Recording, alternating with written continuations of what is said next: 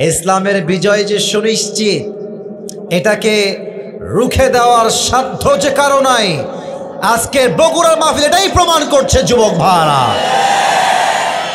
বগুড়ায় আমার গত মাসে একটা মাহফিল ছিল, অনেক বড় একটা প্রোগ্রামে আমি এসেছিলাম। আল্লাহ তাআলা আমাকে আসার সুযোগ দিয়েছিলেন।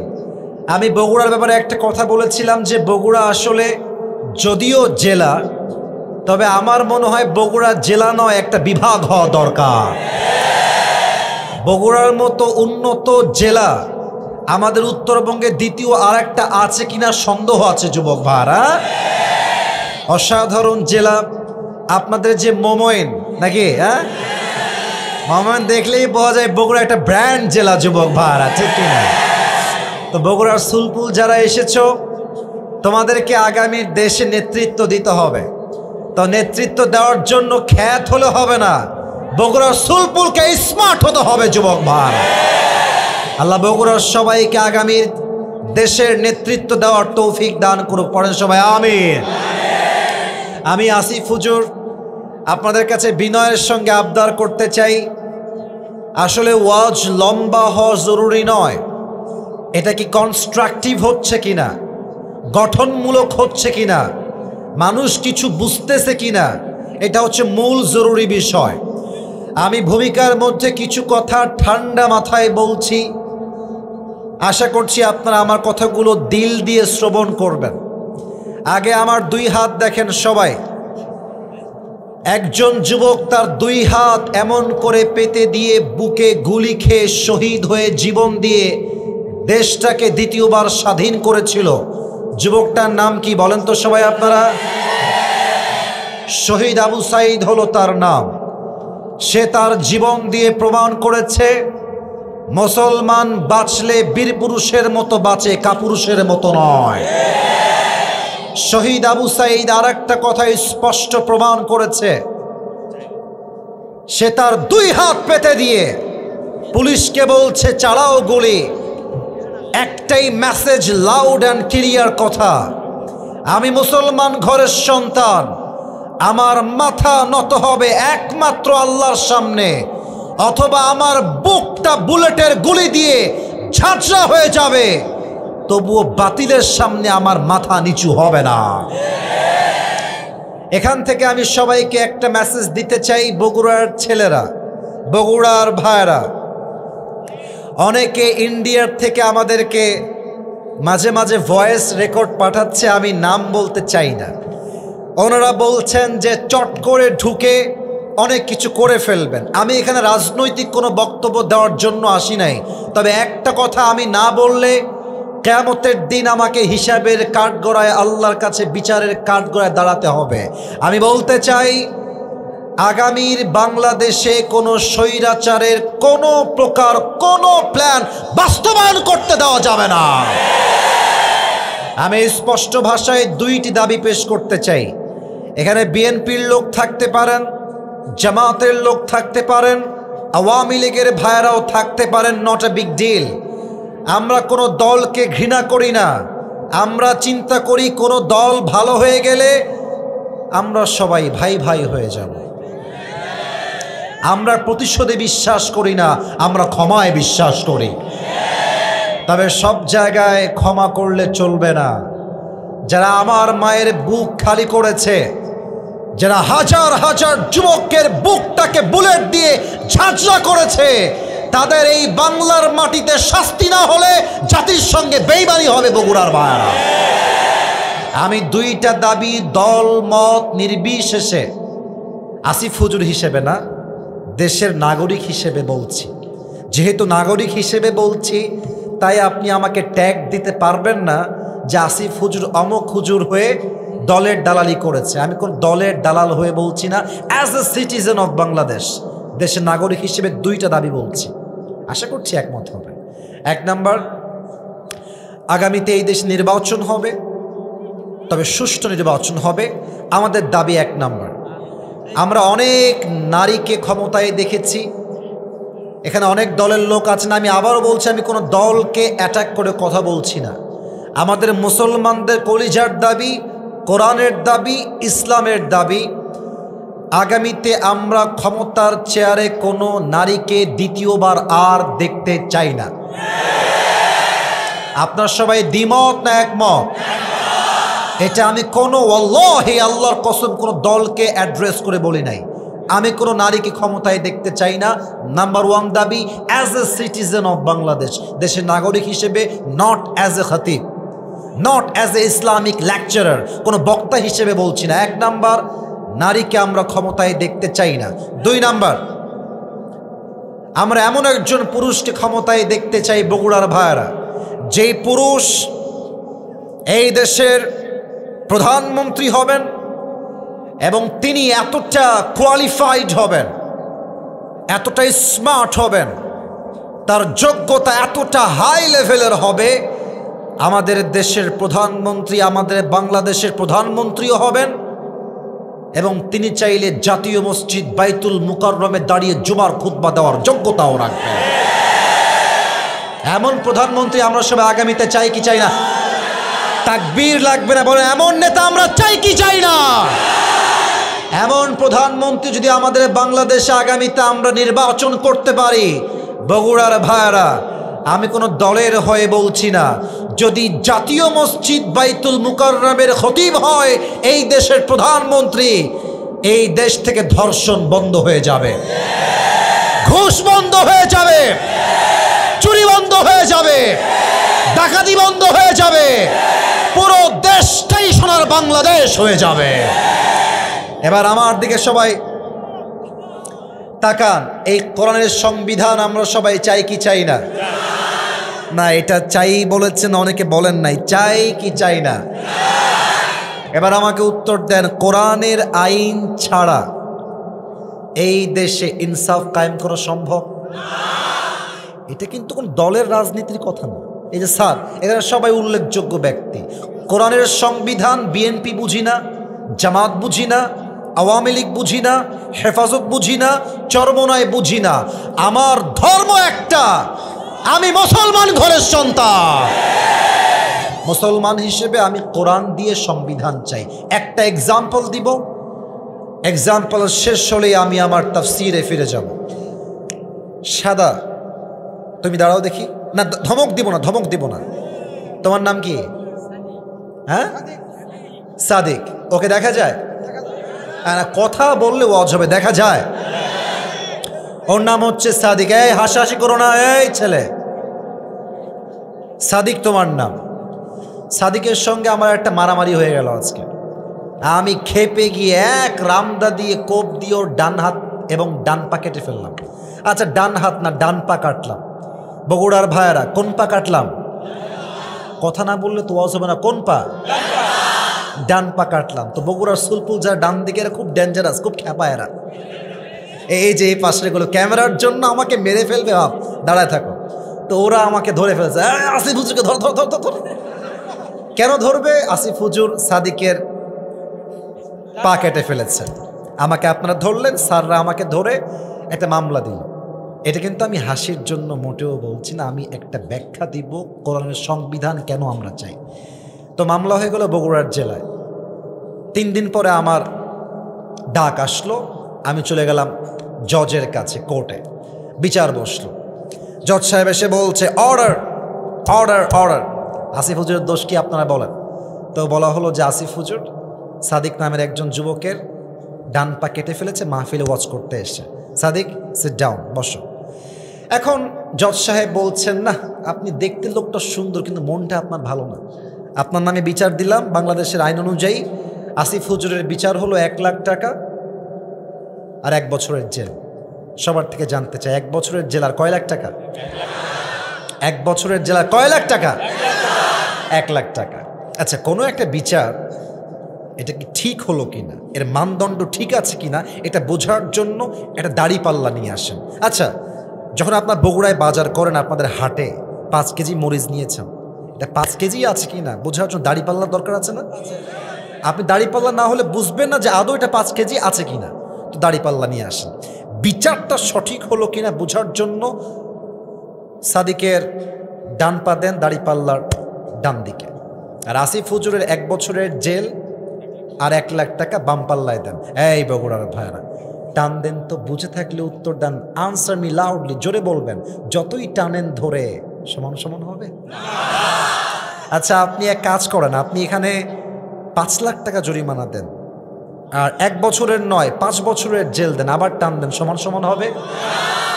যদি সমান করতে চান, আল্লাহর এই জমিনে আল্লাহর কোরআন দিয়ে আইন চালু করতে হবে। আগে ঠিক বলবেন, আগে বোঝেন কেমনে।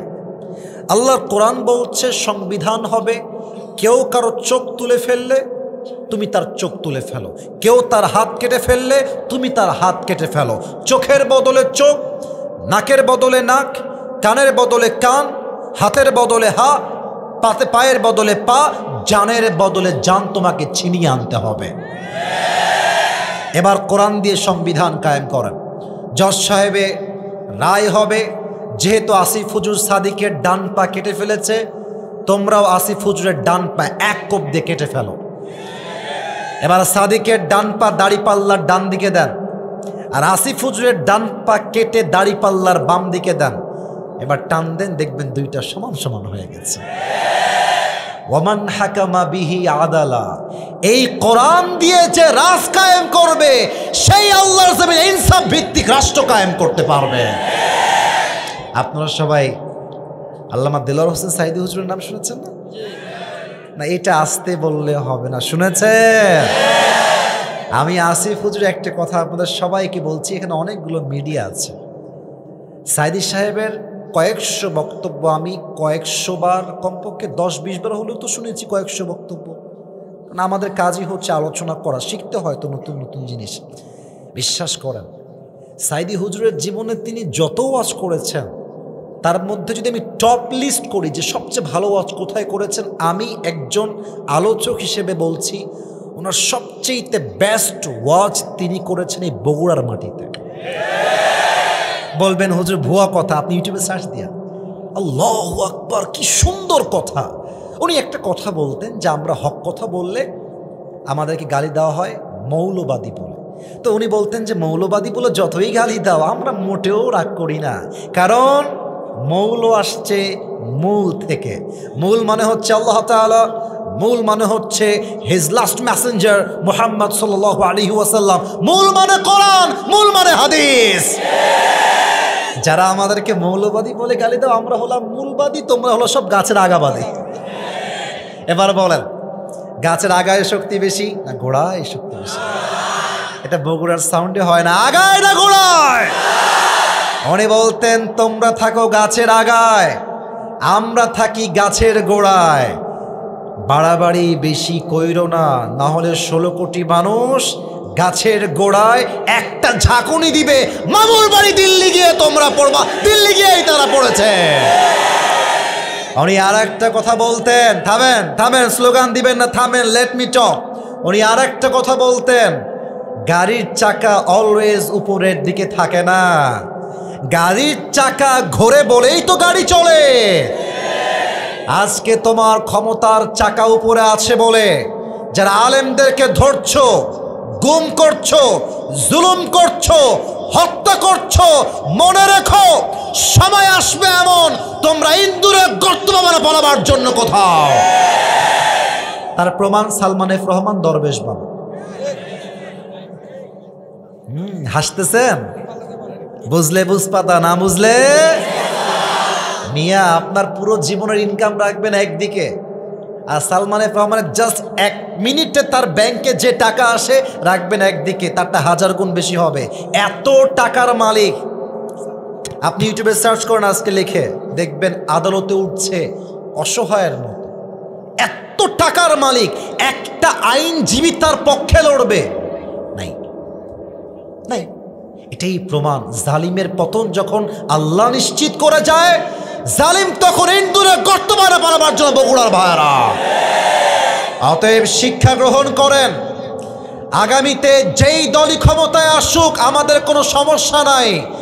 আল্লাহর আইনের বিরুদ্ধে একটা আইন পাশ করলে বগুড়ার ছেলে তাকে দিল্লি ভাগতে বাধ্য করবে যুবক ভাইরা। আল্লাহ আগামীর সংসদকে কোরআন দিয়ে সাজাবার তৌফিক দান করুন, আমিন। আমার এই ভূমিকার কথা কি আপনারা রাগটা করছেন নাকি? আপনাদের বাসায় বউ আছে, বিবাহিত কারা কারা একটু হাত তুলেন তো, বিবাহিত কারা? আচ্ছা আচ্ছা, বিবাহিত ভাইরা মাশাআল্লাহ, হাত নামান। যাদের বউ নাই, খুব কষ্টে আছো শীতকালে, সিঙ্গেল নাই, এবার একটু হাত তোলো।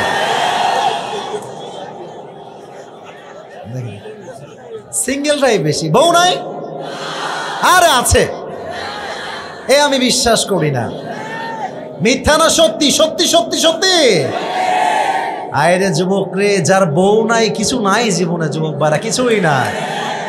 আমি প্রত্যেকটা আব্বার পায়ে হাত রেখে বলতে চাই, আব্বা জানেরা, শীতকালে যুবকদের শীত দূর হবে কম্বল দিয়ে নয়, ল্যাব দিয়ে নয়, একমাত্র চরিত্রবান বউ দিয়ে যুবকদের শীত দূর হবে। আব্বা বোঝে না রে, বোঝে না। আল্লাহ আব্বা জানদেরকে বোঝার তৌফিক দান করুক, পড়ে সবাই আমিন। আসলে বাবারা বুঝলেও কিছু তথাকথিত মডার্ন মেয়ে আছে, ওরা জাস্ট বিয়ের সময় মানে মেয়েদের রুচি এত খারাপ, টাকা পাইলে গাঞ্জাখোর কেউ এরা। আল্লাহ এমন মেয়েদেরকে হেদায়েত দান করুক, পড়েন সবাই আমিন।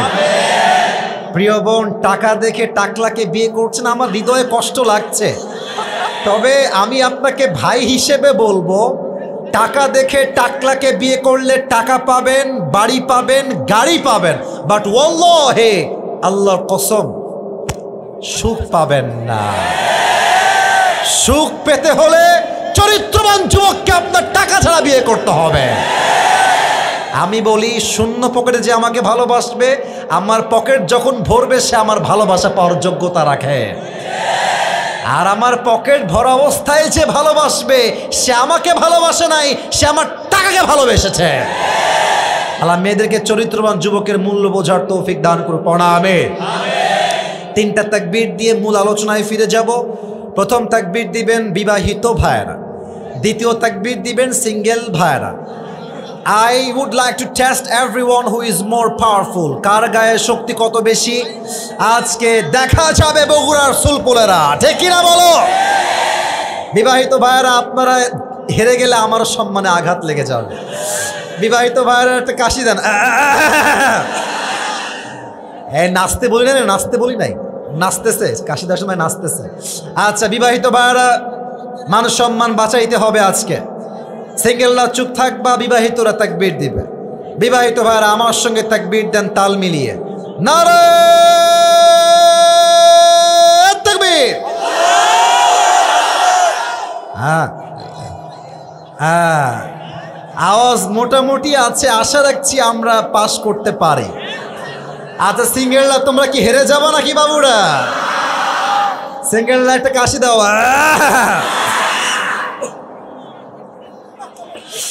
আচ্ছা, আপনারাই নাম্বার দিবেন, আমি কিছু বলবো না ভাই, আমি স্যালেন্ডার করলাম আজকে, ভয় লাগছে খুবই, অবস্থা খুবই খারাপ মনে হচ্ছে। বিবাহিত ভাইরা চুপ থাকেন, সিঙ্গেলরা তাকবীর দাও, আমার স্যাররা ডানে বামে আছে, তারাই নাম্বার দিবে।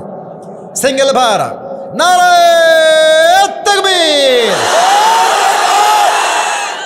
বিবাহিত ভাইরা মাফ করে দিবে। হলো না, হলো না, মানে আমরা জিততে গিয়ে আবার হেরে গেলাম। যাই হোক, जो हो गया, ये गुज़श्ता ज़माना था, ये कभी वापस नहीं आएगा।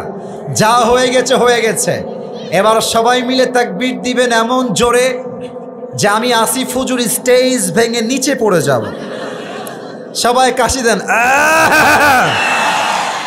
জামাতে নামাজটা আদায় করে বাসায় ঘুমিয়ে যাবে। বগুড়ার সন্তানেরা, কোরআন প্রেমিক সন্তান, বগুড়ার মাটিরা ইসলামের ঘাঁটি, বগুড়ার ভাইয়েরা, নারে তাকবীর। শুরু করছি আল্লাহর নামে। আজ আমাদের আলোচনার সেন্ট্রাল থিম বা সাবজেক্ট ম্যাটার হচ্ছে the life of hair after, পরকালের জীবন। আমার বগুড়ার ভাইয়েরা, দুনিয়ার জীবন না পরকালের জীবন? পরকালের জীবন।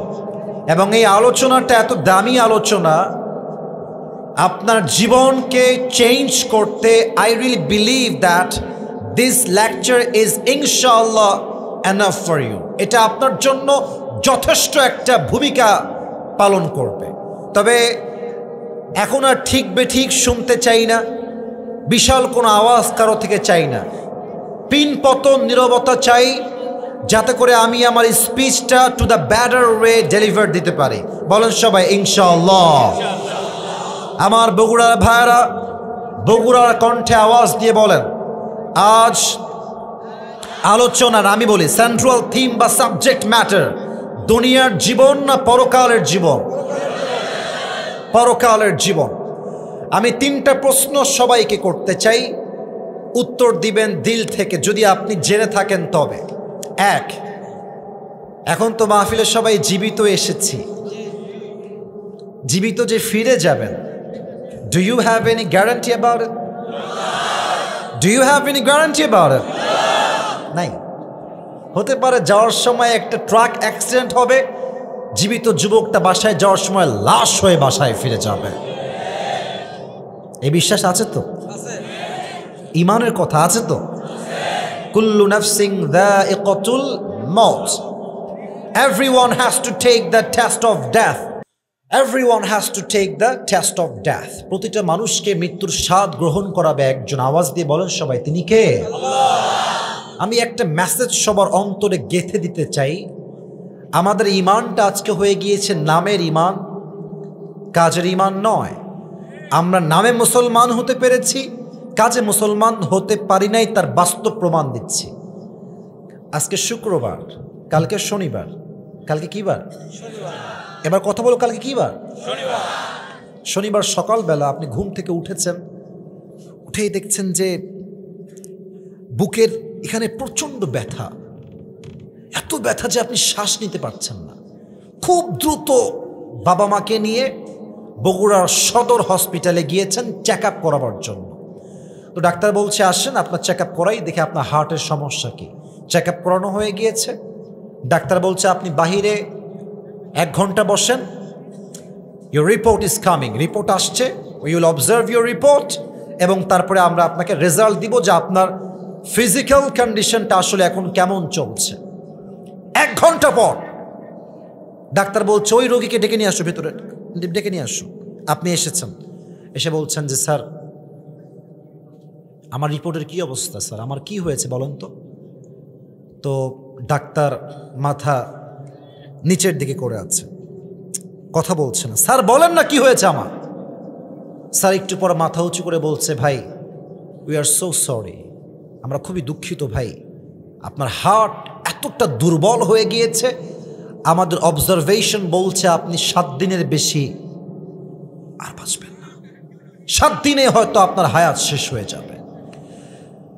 আপনি বলেন তো বগুড়ার ভাইয়েরা, যখন ডাক্তার বলছে আপনি 7 দিনের বেশি আর বাঁচবেন না, এরপর থেকে কি আপনার খাওয়া দাওয়া ঘুম আর থাকবে? থাকবে থাকবে সব হারাম হয়ে যাবে। এবার আপনি দেখেন, ডাক্তার বলেছে 7 দিন পরে আপনি মরতে পারেন, বাট কনফিউশন আছে, আপনি চাইলে হয়তো বা আল্লাহ চাইলে জীবিতও থাকতে পারেন, বাট আল্লাহ বলছে বান্দা 7 দিন পরে না, তুই এখনই মরতে পারিস, এখনই তোর মৃত্যু হতে পারে।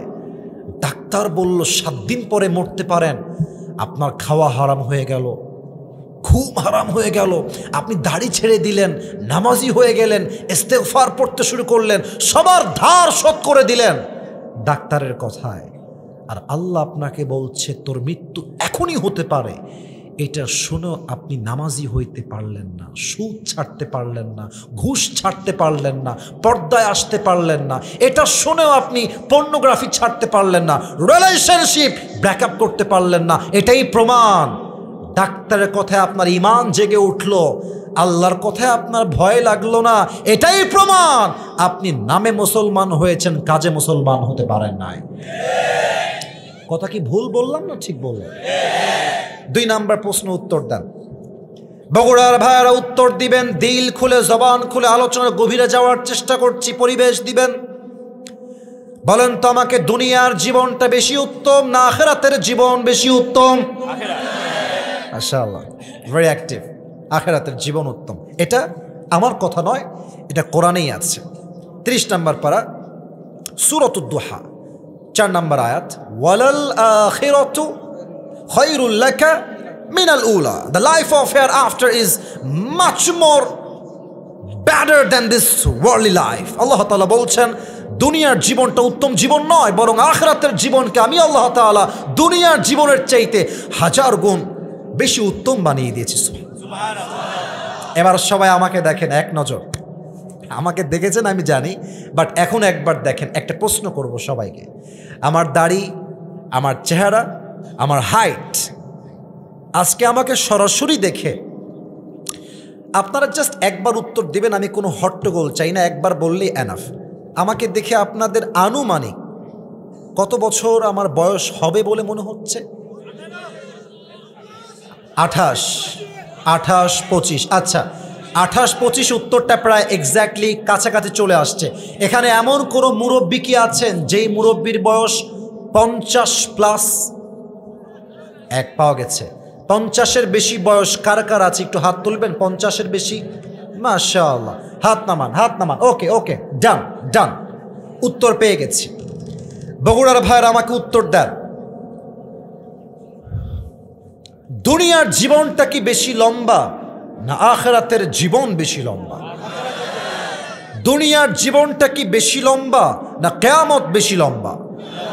কিয়ামত বেশি লম্বা। কত লম্বা? একটা আয়াত দিয়ে দলিল দিব, দেন আমি সেকেন্ড চ্যাপ্টারে যাব। 30 নম্বর পারা, 4 নম্বর পৃষ্ঠা, সূরাতুন নাজিআতের একদম সর্বশেষ আয়াত। খুব খেয়াল করবেন বগুড়ার ভাইয়েরা। আল্লাহ রাব্বুল আলামিন বলছেন, কান্নাহুম ইয়াওমা ইয়ারাউনাহা লাম ইয়ালবাসু ইল্লা আশিয়াতান আও দুহাহা। এই 50 বছরের মুরব্বী আব্বাজান, 80 বছরের মুরব্বী আব্বাজান, 30 বছরের একজন তাগড়া যুবক, অথবা 100 বছরের একজন বয়োবৃদ্ধ মানুষ যেই দিন মারা যাবে, কবরের জীবনটাকে সে ফেস করবে যে এটা হচ্ছে কবরের জীবন, এটা হচ্ছে পরকালের জীবন। এটা এতটা লম্বা সময় হবে। 80 বছরের মুরব্বী আল্লাহকে বলবে, আল্লাহ আজকে পরকালের জীবনটা আমার কাছে এত লম্বা মনে হচ্ছে, আমি এটা ফিল করছি যে দুনিয়ার 100 বছরের জীবনটা it was just like on morning or on evening. দুনিয়ার 80 বছরের হায়াতটা পরকালের কাছে আমার মনে হচ্ছে একটা সকাল কিংবা একটা সন্ধ্যার মতো। আল্লাহু আকবার। আপনি কি আমার কথা বুঝেছেন? কথা কি আমার বোঝা যায়? যায় যায় যায় 80 বছরের জীবন পরকালে যাওয়ার পরে একটা সকাল মনে হবে, একটা সন্ধ্যার মতো মনে হবে। Could you imagine how much long time it is? কতটা লম্বা সময় হলে 80 বছরের জীবনটা একটা সকাল মনে হয়। Could you imagine that? একবার ভাবেন না যে পরকালের জীবনটা কত লম্বা হতে পারে বগুড়ার ভাইয়েরা। এবার আসুন সবাই 2 চোখ 5 সেকেন্ডের জন্য বন্ধ করবেন। কেন বন্ধ করবেন? লেট মি ক্লিয়ার, আমি ব্যাখ্যা দিচ্ছি। আমি আমার পুরো ওয়াজের একটা ভূমিকা দিচ্ছি। ফার্স্ট অফ অল আমি কথা বলবো পরকালের জীবনটা আসলে শুরু হবে কেমনে, স্টার্টিংটা কেমন, এটা বিগিনিংটা কেমন হবে, মৃত্যু যখন আসবে মৃত্যুটা আসবে কেমনে, নামাজির মৃত্যু হবে কেমনে, বেনামাজির মৃত্যু হবে কেমনে। আজীবন শুনেছি কবরের জীবন, কবরের ওয়াজ দিয়ে পুরো পৃথিবী সয়লাম, বাট কখনো কি ভেবে দেখেছি কবরের প্রথম রাতটা কেমন হতে পারে আমার জন্য? কবরের প্রথম রাতে কি হবে এটা আজকে আমরা জানব। আমরা আজীবন শুনেছি যে মৃত্যুর পরে there is a different life, there is another life. মৃত্যুর পরে আর একটা জীবন অপেক্ষা করছে, ওখানে আমাকে আবার জীবিত হতে হবে, আমাকে রুহটা আবার ব্যাক করা হবে। আমি জীবিত হব কেমনে? আল্লাহর সামনে দাঁড়াবো কেমনে? আজীবন শুনেছি এটা কিয়ামত হবে। This is called the day of judgement, this is called the day of কিয়ামা, this is called the day of accountability. হিসাব দিবস। ওই দিন আমার হিসাব হবে কেমনে, কেমনে আমার আমল নামা ওজন হবে আল্লাহর সামনে, এটা আমরা জানবো। অ্যান্ড ফাইনালি আমরা জানবো হিসাবের পরে মানুষের মাঝে 2টা দল হবে। Number 1 the people of paradise, জান্নাতি। Number 2 the people of hellfire, জাহান্নামী। মানুষ জান্নাতে যাবে কেন? মানুষ জাহান্নামে কেন যাবে, কোরআন থেকে হাদিস থেকে in details we will try our best to talk about on this matter. বলেন সবাই ইনশাআল্লাহ। না, এটা বগুড়ার ইনশাআল্লাহ হইল না, বলেন আর একবার ইনশাআল্লাহ। আরে यार और भी जोर से बोलो সবাই ইনশাআল্লাহ। এবার চোখটা বন্ধ করেন সবাই 5 সেকেন্ডের জন্য। আমি গুনছি, আপনারা গোনা শেষ হলে চোখ খুলবেন। আমিও আমার চোখ বন্ধ করলাম। কেউ বেইমানি না করে চোখটা বন্ধ করে একবার আখিরাতকে স্মরণ করেন, একবার নিজের মৃত্যুর কথা ভাবেন, একবার কবরের কথা চিন্তা করেন এই 5টা সেকেন্ডের ভেতরে। 1 2 3 4 5। কলিজার বগুড়ার ভাইরা প্লিজ ওপেন ইউর আইস, চোখ খোলেন। আমি আপনাদের সবাইকে পরকালের জগতের একটা অনুভূতির জগতে নিয়ে যেতে চাই। অনুভূতির জগৎ, কল্পনার জগৎ। এখন আমরা বসে আছি বগুড়ার ঠিক হাইওয়ে রোড থেকে নেমে এসে এডুলিয়া, শিকারপুর, পূর্বপাড়া, নাকি আমরা ছোট্ট একটা মাঠে অনেক লোকের গ্যাদারিং নিয়ে বসে আছি। কাল সকাল যখন হয়ে যাবে, স্কুলের ছাত্র স্কুলে যাবে, কলেজের ছাত্র কলেজে যাবে, ব্যবসায়ী যাবে তার দোকানের দিকে, চাকরি যে করবে সে যাবে তার কোম্পানির দিকে। Everyone will go to their own activities, own workplace. যে যার জায়গায় ছুটে যাবে। এবার আমাকে উত্তর দেন, বগুড়ায় যে হাইওয়ে রোডটা আছে, এদিক দিয়ে আমরা মনে করেন গেলাম রাজশাহী, ওদিকে মমইন, যে হাইওয়ে রোডগুলো আছে, এই হাইওয়ে রোডের ভিতরে যে বাসগুলো চলে, কিছু নাম বলা ট্রাই করি। হানিফ, দেশ ট্রাভেলস, ন্যাশনাল, গ্রামীণ, গ্রিন লাইন, নাবিলা, কত নাম, নামের কোনো শেষ নাই। ঢাকার কোচ যেগুলো যায় হাইওয়ে রোডে, বিশ্ব রোডে, বগুড়ার ভাইরা আমাকে উত্তর দিবেন খুব চিন্তা করে ভেবে চিনতে।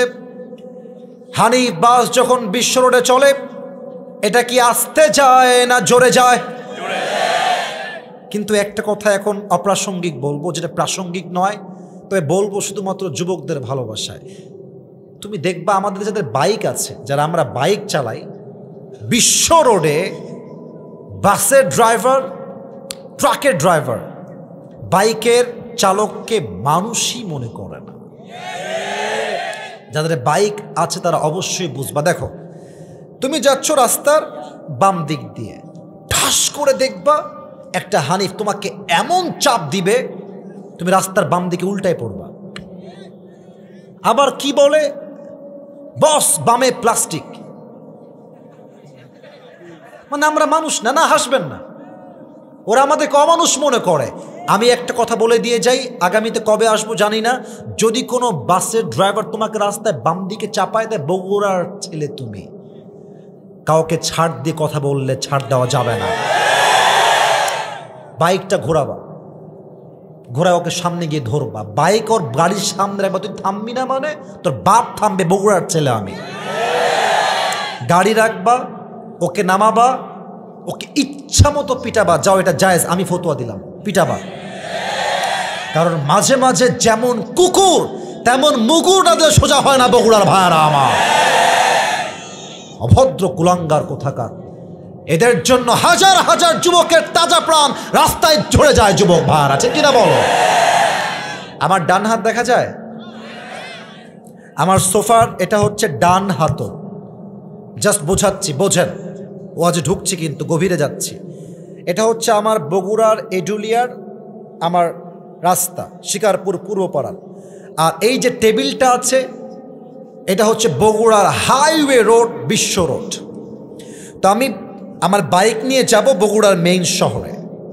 আমি আমার গলির থেকে জাস্ট বিশ্ব রোডে উঠেছি, বাইকটা এখনো ডানও যায় নাই বামেও যায় নাই, সোজা আছে। আমরা হঠাৎ করে ডান দিক থেকে বিশাল বড় একটা হানিফ বাস এসে আমার বাইকে এমন জোরে ধাক্কা দিয়েছে, এক ধাক্কায় আমি 40 হাত দূরে গিয়ে পড়েছি। আর কেমনে পড়েছি আমার কপাল দেখেন, ফরহেড, কপালের দিকে খেয়াল করেন, কপালটা এমনে সোজা গিয়ে রাস্তার যে ঢালাও করা পিচ আছে, ঠাস করে একটা বাড়ি লাগছে। একটা আঘাতে পুরো কপালটা ফেটে মাথা দিয়ে রক্ত বের হচ্ছে গল গল গল গল করে। আর বগুড়ার সব দৌড় দিয়ে এসে বলছে, আরে অ্যাম্বুলেন্স কল দাও, ওরা ধরো, কেউ উঠাও থাকে, সিরিয়াস। খুব দ্রুত অ্যাম্বুলেন্স চলে আসছে, কোনো মতে আপনাকে ধরে অ্যাম্বুলেন্সে তুলে দিয়েছে। 24 ঘন্টা পর আপনার সেন্স আসছে, চোখ খুলেছেন, and you can see anything clearly, you can see anything clearly, মানে কেমন যেন ঝাপসা, আবছা, দেখা যায় না, কিন্তু বুঝতে পারছেন যে রুমে আছেন, রুমের বালিশটা সাদা, ছাদ সাদা, দেওয়াল সাদা, ফ্যানটাও সাদা। ভাবছেন কি রে, কোথায় ছিলাম, আসলাম কোথায়? একটু পর চোখটা স্পষ্ট হয়েছে, and now you can see everything clearly, সব দেখা যায়। দেখছেন পায়ের বরাবর বিশাল লম্বা একটা গ্লাস ফিটিং করা দরজা, আর দরজার গায়ে লেখা আছে এই রুমটার নাম হলো ICU। শেষ মুহূর্ত জীবনের, এই তো পরকালে আপনি চলে আসছেন। তখন মুরব্বীরা কি ভাববে জানেন? ইস রে, সারা জীবন সুদের ব্যবসা করলাম, সারাটা জীবন সুদ খেলাম, সারা জীবন ঘুষ খেলাম। প্রত্যেকটা মেয়ে সেই দিন ICUর বেডে বসে ভাববে, ইস রে, আমি আমার যৌবন বয়সে পর্দা কেন করলাম না, আফসোস করবে। এবার আমার ডান হাত এই দিকে দেখেন, এইদিকে আপনার রুমের যেই জানালা আছে, দেখবেন একজন যুবক আকাশ থেকে নেমে আসছে। বগুড়ার ভাইরা জমিন থেকে না আকাশ থেকে? বলেন তো, আকাশ থেকে যে নামে সে কি মানুষ হয় না ফেরেশতা হয়? ইসমুহু মালাকুল মউত। দাঁড়িয়ে যাবে। এখানে এসে আমাদের মাঝে দুইটা গ্রুপ হবে, এক নামাজি, দুই বেনামাজি। এখানে অনেকে আছেন, রাগ করবেন না, আমি যদি ওয়াজ করা বাদ দিয়ে স্টেজ থেকে নেমে গিয়ে পকেট চেক করি, আমি 10 জনের পকেট চেক করব, অনেকের পকেট থেকে হতে পারে বিড়ির প্যাকেট বের হবে। ইভেন এখানে অনেক যুবক এসেছে মাহফিল শোনার জন্য, আমি তোমাকে ক্রিটিসাইজ করছি না, অনেক যুবক এশারের নামাজটাও পড়ে নাই, বাসায় গিয়ে ঘুমিয়ে যাবে, ফজরটাও সে পড়বে না। আস্তে ঠিক বললেন কেন? জোরে বড় আমার কথা ঠিক আছে কিনা বলে? মিজানুর রহমান আজহারী হুজুর নাম তো শুনেছেন সবাই, মাশাআল্লাহ। আল্লাহ হুজুরকে নেক হায়াত দান করুন। না, ওনার কথা বলেছি ওয়াজ মাহফিলের টপিক চেঞ্জ করার জন্য নয়, এটা রিলেটেড। ওনার একজন নানা ছিল, তোমরা অনেকেই চিনবা, নানা শ্বশুর, নাম হচ্ছে গোলাম সারোয়ার সাইদি হুজুর। চেনো না তোমরা সবাই যুবক ভাইরা? চেহারা অনেক সুন্দর, বয়স্ক মানুষ। উনি একটা কথা বলতেন, ইসরে নামাজ নিয়ে বলতেন, যে মানে এটা আমার কলিজায় কয়েকবার আঘাত লেগেছে। উনি বলতেন, এই যুবক, নামাজ নাই যার, ইমান নাই তার। নামাজ নাই যার, মুসলমান হিসেবে পরিচয় দেওয়ার কোনো যোগ্যতার নাই। বগুড়ার ভাইরা আমার, নামাজি বান্দার সামনে মালাকুল মউত আসবে, গায়ের রং হবে ফর্সা। আমি যেই জুব্বাটা পরে আছি কিছুটা ছাই কালার টাইপের, ঝাপসা টাইপের, কিন্তু মালাকুল মউতের জুব্বা এমন হবে না, তার পুরো জুব্বাটাই হবে সাদা। তার মুখে থাকবে লম্বা চাপদাড়ি, চেহারা হবে নূরের মতো আলোকিত চেহারা। নামাজি বান্দা তাকায় থাকবে এত সুন্দর চেহারা দেখে। মালাকুল মউত তার দিকে তাকিয়ে বলবে কি, ইয়া আইয়াতুহান নাফসুল মুতমাইন্না উখরুজি ইলা মাগফিরাতিল্লাহি ওয়া রিজওয়ান। এই নামাজি বান্দা, আসো। কোথায় যাব? মালাকুল মউত বলবে, ইলা মাগফিরাতিল্লাহি ওয়া রিজওয়ানি, আসো। আর কত, আল্লাহর জান্নাত তোমার অপেক্ষায় আছে, আরে আসো মিয়া, সুবহানাল্লাহ। আর একটা হাদিস বলবো, আমার হাতে এইটা কি? কথা না কইলে কেমনে হয়? কি এটা? একবার দেখেন তো টিস্যুটা কি গোল না চারকোনা? হ্যাঁ, রাইট আনসার। আল্লাহর হাবিব বলেছেন, নামাজি বান্দার রুহকে কবজ করবার জন্য আল্লাহ তাআলা জান্নাত থেকে একটা লাল রেশমি রুমালের চাদর মালাকুল মউতকে দিয়ে নামাজি বান্দার রুহ কবজ করবার জন্য জান্নাত থেকে একটা লাল রেশমি রুমালের কাপড় দুনিয়াতে গিফট হিসেবে পাঠিয়ে দিবে। এবার আমার ডান হাত দেখেন, মালাকুল মউত রুহটাকে নিবে আদবের সাথে, বিনয়ের সাথে, খুব বেশি তার কষ্ট হবে না। রুহটাকে নিয়ে, আচ্ছা একটু উপরে নেই, এটাকে এখানে রাখবে। হাদিসে আসছে কাফাম মিন আকফানিল জান্নাহ ওয়া হানুত মিন হানুতিল জান্নাহ, রুহটাকে সুন্দর করে নিবে সম্মানের সাথে ইল্লিয়িন, তথা আপনার রুহটাকে নিয়ে জান্নাতের ঠিকানায় মালাকুল মউত পৌঁছে দেবে। সুবহানাল্লাহ, এত আস্তে আশা করি নাই। এটা নামাজি বান্দার, এটা বেনামাজি বান্দার মৃত্যু নয়। বেনামাজির মৃত্যু বড্ড ভয়ঙ্কর হবে। মালাকুল মউত তার সামনে আসবে, তার গায়ের রং হবে নীল, চোখ হবে লাল টকটকে, পা থাকবে জমিনে, মাথা থাকবে আকাশ বরাবর বিশাল লম্বা, তার গায়ের পোশাক হবে কালো কুচ্ছিত পোশাক। এত ভয়ঙ্কর চেহারা দেখে বেনামাজির রূহটা থর থর থর থর থর থর করে কাঁপবে। মালাকুল মউত ডাক দিয়ে বলবে, ইয়া আইয়াতুহান নাফসুল খাবিসা উখরুজি ইলা গাদাবিল্লাহ, এই বেনামাজি বের হ, বের হয়ে আয়, আল্লাহর জাহান্নাম তোর অপেক্ষায় আছে। রূহটা বের হবে, ডান দিকে দৌড় দিবে, বাম দিকে দৌড় দিবে, পেছনের দিকে দৌড়ে পালিয়ে যাবে। মালাকুল মউত, আমার বাম হাত দেখেন বগুড়ার ভাইরা সবাই বাম হাত দেখেন, মালাকুল মউত তার পেছনে বাম হাত নিবে, একটা থাবা দিবে বেনামাজির রূহের দিকে। রূহ যখন তার থেকে ছিঁড়ে বের করবে, হাদিসে আসছে এটা জীবিত ছাগলকে জাবেহ না করে তার চামড়া কেউ যদি ব্লেড দিয়ে এমনি ছিঁড়ে ফেলে, ওই ছাগলটার যে পরিমাণ কষ্ট হয় তার চাইতে কমসে কম 70 গুণ বেশি কষ্ট দিয়ে বেনামাজি বান্দার রূহকে কবজ করা হবে। বলেন সবাই নাউজুবিল্লাহ। ও আল্লাহ, তোমার কাছে আমি দিল থেকে দোয়া করি বগুড়ার সন্তান সহ আমাকে তুমি এই মৃত্যুর আযাব থেকে বাঁচায় দিও। বলেন সবাই আমিন। এবার একটা প্রশ্ন করব সবাইকে, রূহ বের হয়ে যাবে, কবরের জীবনটা শুরু হবে। একটা প্রশ্ন করব, উত্তর প্রায় 95 ভাগেরও বেশি মানুষ হয়তো ভুল দিবেন। So please think before you answer of my question, একটু ভেবে উত্তর দেন। বলেন তো কবরে মোট প্রশ্ন হবে কয়টা? না, 4টা। একজন বলেছে, আমার দিকে তাকান, ভয় নাই ভয় নাই। কবরে মোট প্রশ্ন হবে কয়টা? আর একবার, মোট প্রশ্ন কয়টা? আমি প্রশ্ন করছি, উত্তর দেন দিল থেকে, জবান থেকে। প্রথম প্রশ্ন, মার রব্বুক, আমাদের সকলের রব একজন, তিনি কে? আল্লাহ। আর একবার দিল থেকে আওয়াজ দিয়ে, আমাদের সকলের রব কে? আল্লাহ আমার রব, আল্লাহ আমার রব, দমে দমে তনু মনে তারি অনুভব। ঠিক কিনা বলে? তোমার দুনিয়াতে আমি যেদিকে তাকাই, অথই নিয়ামতে ডুবে আছি সবাই। পাখ পাখালির কণ্ঠে শুনি তাসবিহ কলো রব, তাসবিহ কলো রব। আল্লাহ আমার রব, এই রবই আমার সব। রব কে?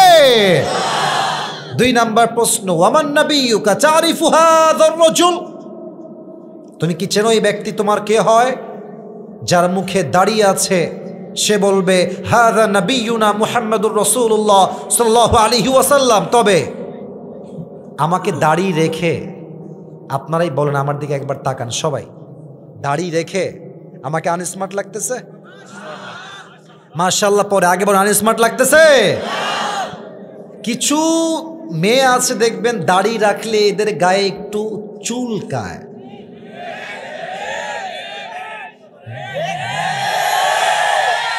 দাড়িওয়ালা পছন্দ করতে চায় না। আমি বলি, যেই মেয়ে আমাকে দাড়ির জন্য পছন্দ করতে চায় না, সোজা কথা, সে আমার বউ হওয়ার কোনো যোগ্যতাই রাখে না। এবার বলেন তো, আমার নবীর মুখে লম্বা লম্বা চাপ দাড়ি ছিল কি ছিল না? আমার নবীর মতো সুন্দর হ্যান্ডসাম দ্বিতীয় আর কেউ কি হতে পারে? চাঁদের চেয়ে সুন্দর তুমি, নবী আমার কামলিওয়ালা। দো জাহানের বাদশাহ তুমি, প্যারা নবী সাল্লে আলা। দো জাহানের বাদশাহ তুমি, প্যারা নবী সাল্লে আলা। চাঁদের চেয়ে সুন্দর তুমি, নবী আমার কামলিওয়ালা। ঠিক কিনা বলে? 3 নাম্বার উত্তর, বগুড়ার ভাইরা অহংকার নিয়ে বলবেন, আমাদের ধর্মের নাম কি? মাশাআল্লাহ। আর একবার শুনতে চাই, ধর্মের নাম কি? ইসলাম আমাদের ধর্ম। আমরা শান্তি চাই বিধায় ভারতকে আমরা ছাড় দিয়ে কথা বলি, না হয় ভারতের কুলাঙ্গার সাংবাদিকদেরকে সাইজ করবার জন্য বগুড়ার সন্তানরাই যথেষ্ট হয়ে যাবে। বাংলাদেশ আর থাকবে না, না থাকবে না, বাংলাদেশ থাকবে না। চট্টগ্রাম নিয়ে নিবে, ফেনী নিয়ে নিবে। তো এই বেটাকে বলবো, বেটা সাংবাদিকগিরি বাদ দিয়ে আয় বাংলাদেশে, খেলা হবে তোর সঙ্গে আমাদের। আর একে দেখলে আমার সাংবাদিক মনে হয় কম, এরে মনে হয় যে এই বেটা গুলিস্তানে জাইঙ্গা বিক্রি করলে বেশি মানাবে বগুড়ার ভাই। বেটা আমাদের ডক্টর ইউনূস সাহেব ভদ্র দেখে আমাদেরকে ভদ্র ভাবতে আইসো না। আমরা ভালোর ভালো, খারাপের খারাপ। পানির স্রোত যতই স্থির থাকুক না কেন, একবার যখন পানির উত্তাল ঢেউ শুরু হয়ে যায়, পাহাড়কেও পানি ভেঙ্গে চুরে চূর্ণ বিচূর্ণ করে দেয়। ভারত যদি ভাবে বাংলাদেশ সংখ্যায় কম, আমি বলবো কথা ঠিক, সংখ্যায় কম, তবে একটা বিষয় তোমার মাঝে আমার মাঝে পার্থক্য আছে। তোমার হিন্দুস্তানের সৈনিকদের হৃদয়ে ঈমান নাই, আমাদের সৈনিকদের হৃদয়ে আল্লাহর প্রতি ঈমান আছে। আর আমি বগুড়ার ছেলে হয়ে বলতে চাই একটা কথা, প্রত্যেকটা যুবকদের হৃদয়ের কথা। একজন ইমানদার যুবক 1000 কাফেরকে মোকাবেলা করতে প্রস্তুত থাকবে ইনশাআল্লাহ। অতএব ভারতদেরকে বলবো, বাড়াবাড়ি বেশি কইরো না, না হয় তোমার 7 সিস্টার্সকে আমরা উড়াই দিতে বাধ্য হব যুবক ভাই। অনেকে বলেন যে ভারতকে ছোট চোখে দেখা যাবে না, ভারতের শক্তি বেশি, সংখ্যায় বেশি। সংখ্যা দিয়ে মুসলমান কখনো ভয় পায় না। মুসলমান তার বিজয় আনবে তার বুকের তাজা রক্ত দিয়ে, তার ঈমান দিয়ে বগুড়ার ভাইরা, ঠিক কিনা বলে? 3টা প্রশ্ন শেষ, ফেরেশতা বলবে আরে একটাও আটকায় না, ব্যাপার স্যাপার কি? হেই ম্যান, এতগুলো উত্তর দিলা কেমনে? ওমা ইলমুক, তোমার জ্ঞানের উৎস কোথায়? আমরা বলবো জ্ঞানের উৎস, জ্ঞানের উৎস কোথায়? আল্লাহ বলবে এই ফেরেশতা থামো, আর প্রশ্ন না, থামো, যাও আমার বান্দার কবরটাকে জান্নাতের বাগান বানায় দাও। আমার বান্দার কবরটাকে 70 গজ লম্বা করে দাও। পড়েন সবাই সুবহানাল্লাহ। এবার সবাই 2 হাত তোলেন, দাঁড়িয়ে থাকা বসে থাকা ভাইরা সবাই 2 হাত তোলেন। আমি সবার সাথে ফ্রেন্ডশিপ করে কথা বলতে চাই। আমি ওয়াজ শুরু করেছি ঠিক 11টার সময়, হাত উপরে রাখেন, এমনে রাখেন। এখন বাজে 12টা 2, আমার ওয়াজ হয়ে গিয়েছে 1 ঘন্টা 2 মিনিট। কমিটি আমার সাক্ষী, আমার ফর্মে লেখা আছে আমি 1 ঘন্টার বেশি ওয়াজ করি না। এটা আমার রুল, এটা আমার নিয়ম। তবে সব জায়গায় নিয়ম দিয়ে নয়, মাঝে মাঝে ভালোবাসা দিয়ে নিয়মটা ভাঙতেও হয়। আমি আর কিছু কথা বলতে চাই, তবে সবার থেকে একটা ওয়াদা চাই। বগুড়ার সুলপুল সকলে বলেন আমাকে দিল থেকে হুজুর, और भी जोर से बोलो हुजूर। আমরা বগুড়ার সুলপুল আপনাক ওয়াদা দিলাম, আমরা কেউ বাসায় ফিরে আমাকে দেখবেন, যাব না, আবার যাব না, বলেন সবাই ইনশাআল্লাহ। আমার বাবা মা দীর্ঘ লম্বা সময় রাজশাহীতে থাকে তারা, তো রাজশাহীর একটা ভাষায় মজার গালি আছে, মামুর বেটা। তো কোনো মামুর বেটা যদি এখন উঠে যায়, জানি 12টা বেজে গেছে, যেহেতু ওয়াদা করেছেন, যদি কোনো মামুর বেটা উঠে যায়, আল্লাহর হাবিব বলেছেন লা ঈমান আলা লিমাল্লা আমান আলা, যার ওয়াদা ঠিক নাই তার ঈমানের ঠিক নাই। So the decision is yours, সিদ্ধান্ত আপনার। আমাকে আর 10টা মিনিট সময় দেওয়া যাবে না ইনশাআল্লাহ। আমি জাস্ট 3টা বিষয় বলবো পরকালকে নিয়ে। পরকালটাকে আল্লাহ তাআলা মোট 3 ভাগে ভাগ করেছেন, 1, 2, 3। বগুড়ার সন্তানেরা, পরকালের জীবনটা কয় ভাগ? 1। পরকালের জীবনে যে বিশ্বাস করবে, সেটা মনে প্রাণে বিশ্বাস করবে আমার রুহটা কবজ হয়ে গেল মানে আমার জীবনটা শেষ নয়। কবরে যাওয়ার পরে আমাকে নতুন করে জীবন দিবে একজন। আওয়াজ দিয়ে বলেন সবাই, তিনি কে? So number one is, if you believe in life of hereafter, then you must have to believe in on the day of resurrection. যে পরকালে বিশ্বাস রাখে সে পুনরুত্থান দিবসে বিশ্বাস রাখে, অর্থাৎ মরে গেলাম মানেই জীবনটা শেষ নয়, আমাকে আবার জীবিত করবে একজন, তিনি কে? Number one. Number two, if you believe in life of hereafter, then you must have to believe in on the day of accountability. যে পরকালে বিশ্বাস রাখে সেটা মনে প্রাণে বিশ্বাস করে আমার আমল চাই ছোট হোক কিংবা বড় হোক, প্রত্যেকটা আমলের পাই টু পাই, জাররা জাররা হিসাব নিবে একজন, তিনি কে? আমার তো মনে হয় যে এখান থেকে নিয়ে এই পুরো এই পর্যন্ত যারা আমরা, ভুল হলে ভুল বলে দিবেন, সমস্যা নেই, আমি আগে বলি আমার ব্যক্তিগত চিন্তা এটা, এখানে যারা আমরা এসেছি মনে হয় আমরা 100-তে 100% সবাই মধ্যবিত্ত পরিবারের সন্তান। আমি একটা কথা আমার ওয়াজে বলেছিলাম যে তোমরা যারা আমাকে চেনো তারা হয়তো বা শুনেছ, মধ্যবিত্ত পরিবারের সন্তান মানেই বলেছিলাম একটা ব্র্যান্ড। যুবক ভাই, আসলেই আমরা ব্র্যান্ড। কেন ব্র্যান্ড?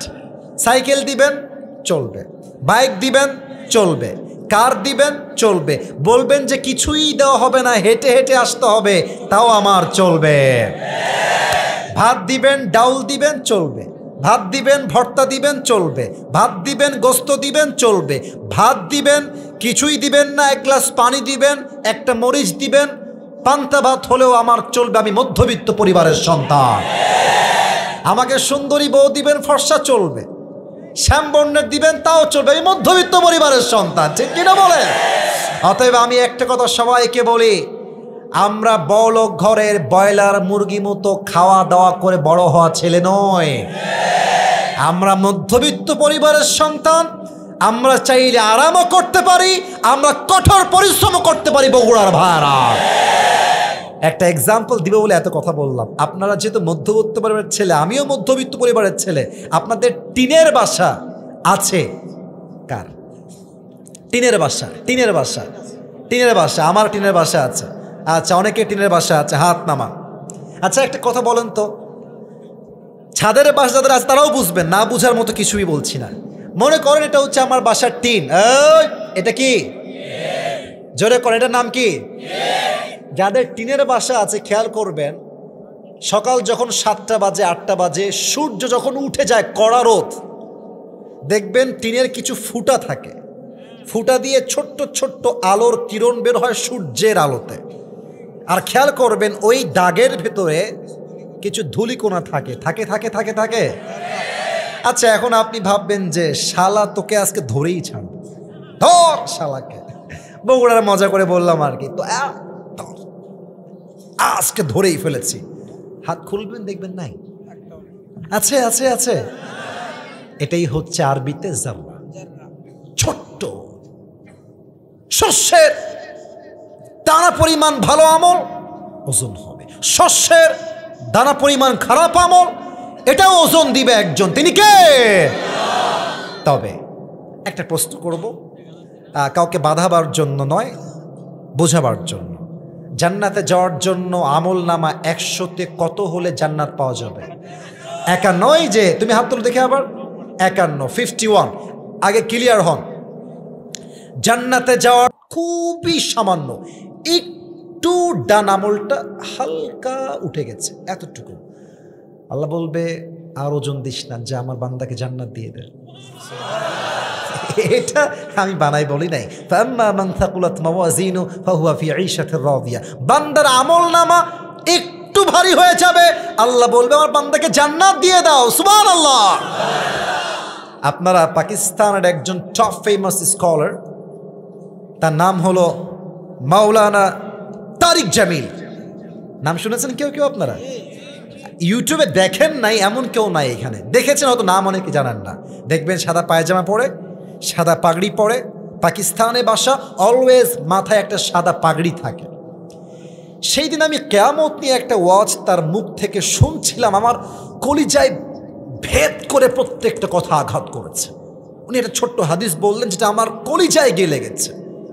উনি উর্দু ভাষায় কথা বলেন, উনি ওনার ভাষায় বললেন যে কিয়ামতের দিনে একজন যুবকের আমল নামা আল্লাহ বলবে, এই ওই যুবকের আমল নামা ওজন দাও, ওজন দেওয়া হবে। তো আল্লাহ দেখবে যে যুবকের আমল নামাটা ডান এবং বাম ইটস ইকুয়াল, দোনো বরাবর হ্যাঁ, দুইটাই সমান। এবার যদি বুঝে থাকেন ওয়াজ উত্তর দেন, 50-50। জান্নাতে যাওয়ার জন্য তার মাত্র আমল লাগে আর কয়টা? राइट आंसर बोलन सबाई कयटा? युवक बोलबे अरे टेंशन की कोई बात नहीं है, मेरी बाप यहाँ पर है, मैं अपनी बाप से कहूँगा कि मुझे एक अमल चाहिए, मेरी बाप मुझे बहुत मोहब्बत करता है, मुझे एक अमल ज़रूर देगा। टेंशन नहीं, बाप तो आछे। कारो मुखे जो आमी हासि देखते ना पाई एटा कोनो भावेई हासिर वाज नय। You have to be serious, you have to think about it। भावेन एकबार। युवक बोलबे अब्बार काछे कि अब्बा मैं तुम्हारा बेटा हूँ, अब्बा मुझे बस एक अमल की ज़रूरत है, एक अमल दे दो मुझे, अगर तुम मुझे एक अमल दे दोगे तो मैं आज जन्नती हो जाऊँगा। अब्बा एकटा अमल होलेई तुम्हार छेले जन्नती। तो अब्बा बोलबे कौन हो तुम, किसके बेटे हो तुम? मैं तुम्हारा बाप नहीं हूँ, कहाँ से आए हो, निकल जाओ यहाँ से।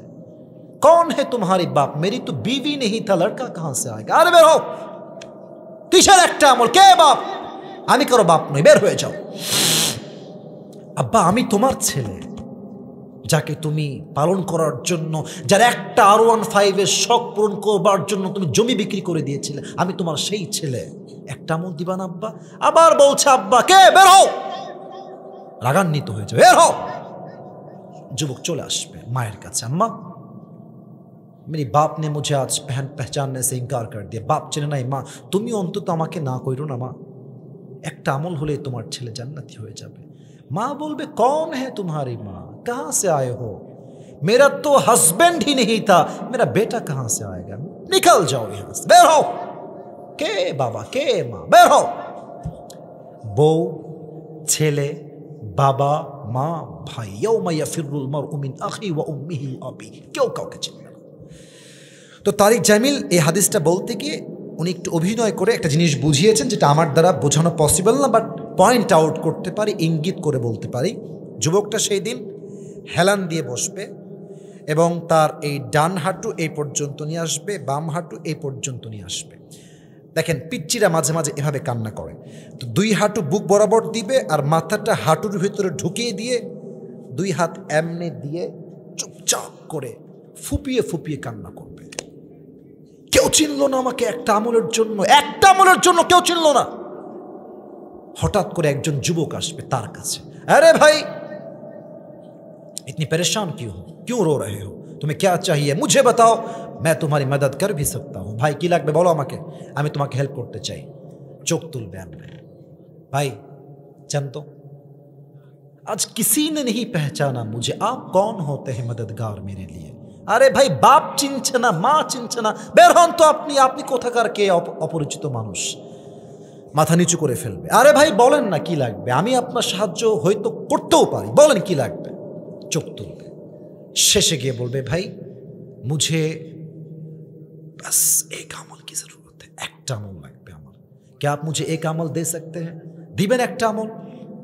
বলছে শুধু একটা আমল আর কিছু না তো ভাই? यस मुझे बस एक अमल की जरूरत है। ওকে ভাই, যেহেতু আপনার একটা আমল লাগবে, আমি আপনার ভাই, আজকে আমি আপনাকে একটা আমল দান করে দিলাম। না এত আস্তে সুবহানাল্লাহ পড়লে হবে না, চলে। तो और रिएक्शनটা কেমন হবে জানেন? हाँ করে তাকায় থাকবে, आप सच कह रहे हैं क्या, आप मुझे सच में एक আমল देने वाले हैं, আপনি কি সত্যি দিবেন ভাই? আরে ভাই নিবেন কিনা তাই কম, আরে দেন দেন। একটা আমল নিয়ে সোজা আল্লাহর কাছে দৌড় দিবে, আল্লাহকে ডাক দিয়ে বলবে আল্লাহ তাকায় দেখো, मुझे एक अमल मिल गया है, अब मुझे जन्नत में जाने से कोई भी रोक नहीं सकता, मुझे अभी के अभी जन्नत में दाखिल करा दो, আমার জান্নাত দাও, আমি একটা আমল পেয়ে গেছি। আল্লাহ বলবে এই ये আমল तुझे किसने दे दिया? কে দিল রে বান্দা? তোর বাপ তো দেয় নাই, মা তো দেয় নাই, ভাই তো দেয় নাই, কে দিল?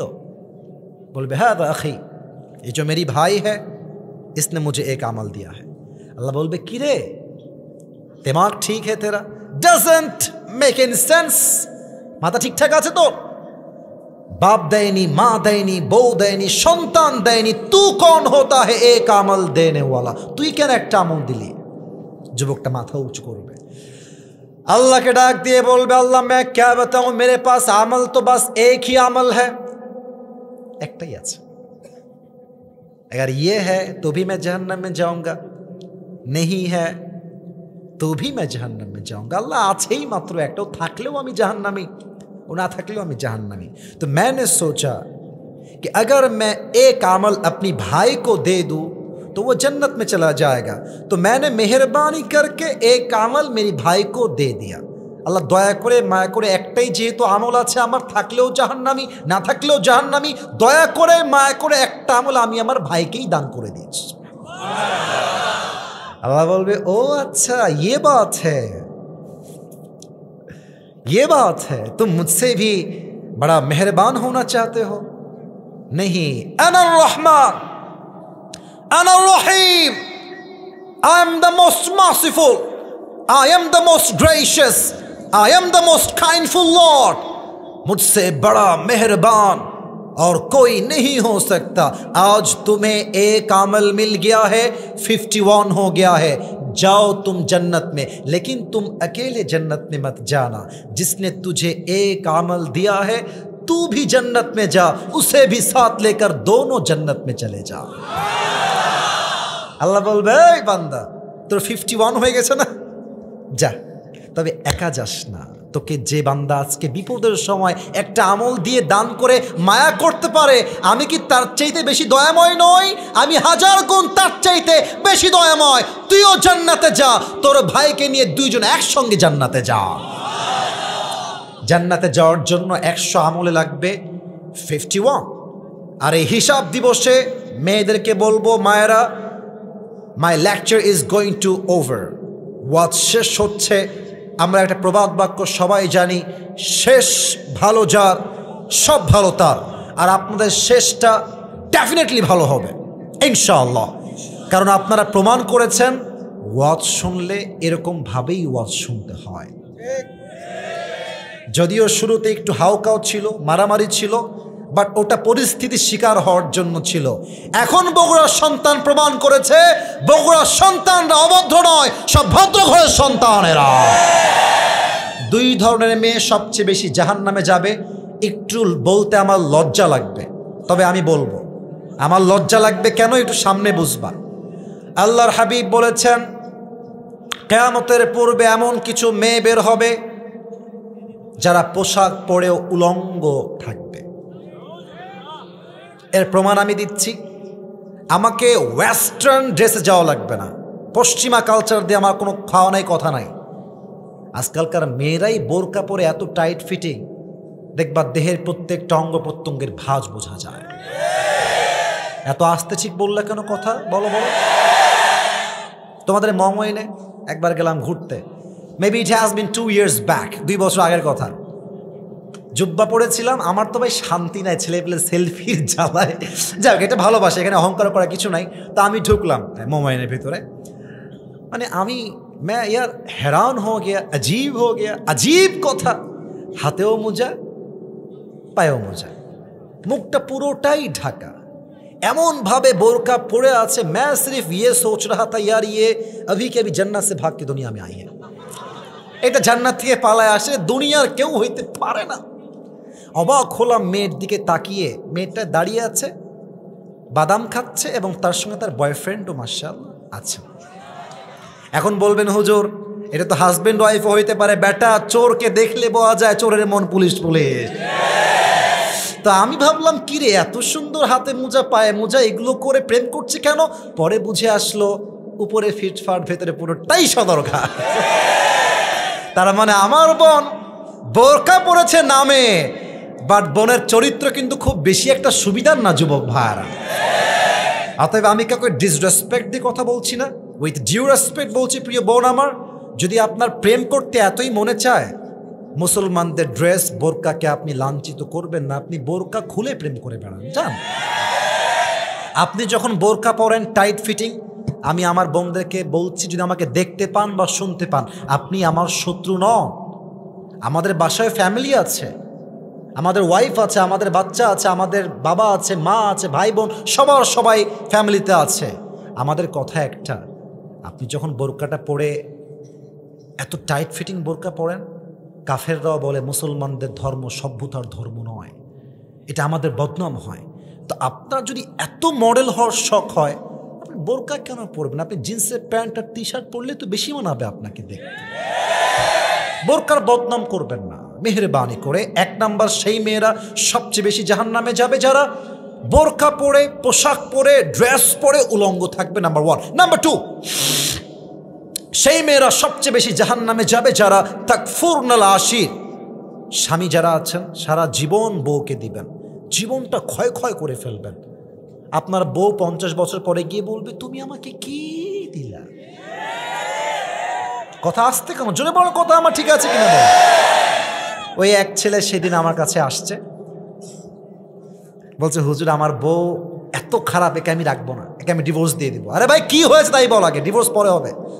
বলছে খালি চাই চাই চাই চাই চাই আরও চাই। তো কি করে বলো? বলছে খালি গল্প শোনাবে, অমকের বান্ধবীর জামাই অমককে কি দিয়েছে। তো সেদিন আমার বউ আমার কাছে এসেছে, এসে বলছে জান তুমি কি জানো আমার বান্ধবীর অমক জামাই না তাকে আইফোন 16 প্রো ম্যাক্স দিয়েছে।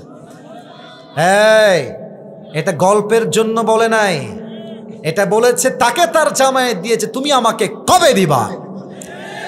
এমন ভাবে স্বামীকে প্রেশারাইজ করে কিছু তথাকথিত চরিত্রহীন মেয়েরা, এদের চাপের জন্য হাজার হাজার স্বামী হারাম খেতে বাধ্য হয়। তবে বিবাহিত মেয়েরাই দোষী নয়, আজকালকার যাদের বিয়ে হয় নাই সব মেয়েকে আবারও বলছি, আমি আসিফ হুজুর খারাপ হলেই সব হুজুর খারাপ নয়, একজন মেয়ে খারাপ মানে সব মেয়ে খারাপ নয়। কিছু মেয়ে আছে দেখবা এত নিচু চরিত্রে, এত নিচু চাহিদা, আইফোন 16 প্রো ম্যাক্স পাওয়ার জন্য এরা কক্সবাজার পর্যন্ত চলে যায় যুবক। আল্লাহ এমন মেয়েদেরকে হেদায়াত দান করুক, পড়েন সবাই আমিন। অতএব 2 নাম্বার মেয়ে তারা জাহান্নামে যাবে সবচেয়ে বেশি যারা স্বামীর অবাধ্য ছিল। আল্লাহ প্রত্যেকটা মেয়েকে স্বামীর আনুগত্যশীল হওয়ার তৌফিক দান করুক, পড়েন সবাই আমিন। এটা আমার শেষ কথা, 30 সেকেন্ডস আই উইল টেক, 30 সেকেন্ডের কথা। হিসাব দিব শেষ 3 number, last and final point that I would like to mention here. This is the last point. যুবক ভাইরা একটু মনোযোগ দাও। হিসাব দিবস শেষ হয়ে যাবে, কিয়ামতের দিবসে পরকালে আমাদের মাঝে 2টা গ্রুপ ভাগ হয়ে যাবে। এক হচ্ছে ডানপন্থী, আর এক হচ্ছে বামপন্থী। সবার থেকে জানতে চাই, শুনতে চাই, এক হচ্ছে এক হচ্ছে আর এক হচ্ছে ডানপন্থী কারা? ডানপন্থী হচ্ছে দ্য পিপল অফ প্যারাডাইস, জান্নাতি। বামপন্থী কারা? The people of hell fire, তারা হচ্ছে জাহান্নামী। কোরআন কি বলছে? জাস্ট রেফারেন্স দিব, দোয়ার দিকে যাব।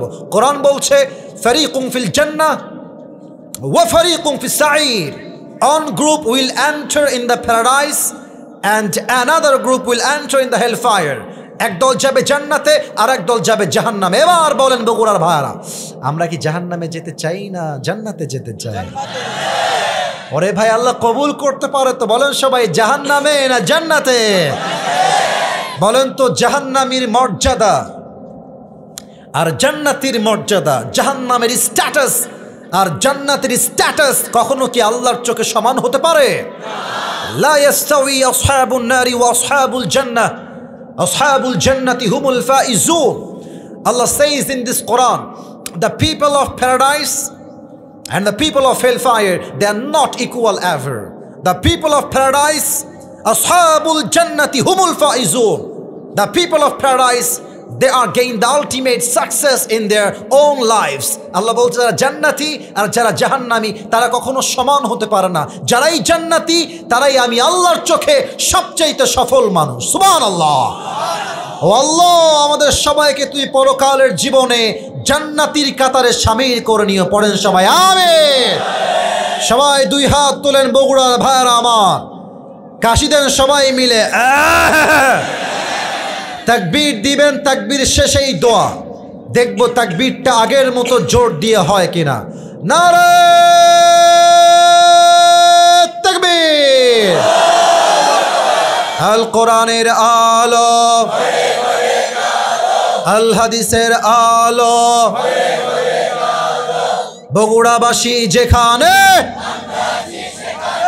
সবাই হাত নামিয়ে লেটা মেরে বসে আছেন। আমি জানি লেটারটা চেঞ্জ করে আত্তাহিয়াতুর সূরাতে বসবেন, এটা আমার বিনয়ের সাথে অনুরোধ।